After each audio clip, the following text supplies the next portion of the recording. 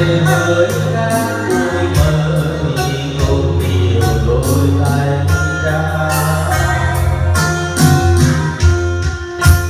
Đời là phù du, ta sống hôm nay đâu biết về ngày mai sau.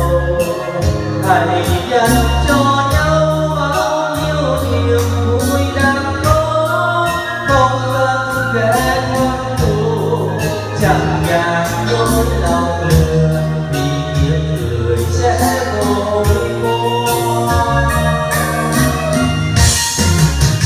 Người ơi anh nhớ ta nào các người sẽ chơi khác vui, vì đừng có tình thiên ơi.